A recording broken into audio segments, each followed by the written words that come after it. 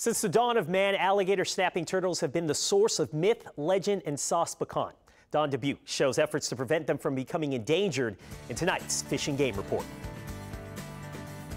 We're at the Natchez National Fish Hatchery, and we're searching for alligator snapping turtles. Couple of purposes: tag them, test them, and also get a couple of them who will appear as expert witnesses in a court case.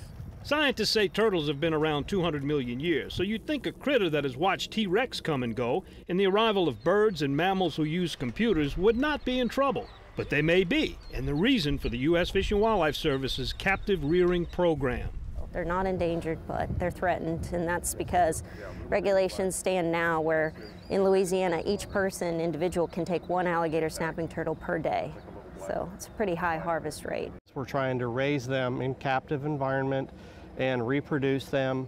We let the turtles spawn on their own, and then we'll release their babies. Basically, we try to figure out, obviously, the genetic lineage and where their parents originally came from, and then from there, those young will be released back into those original waterways, just trying to keep the same natural genetics in those waterways. You know, the two turtles that are going to be brought into the courtroom are over 100 years old, and they weigh about 180 pounds each, so it's going to be pretty dramatic.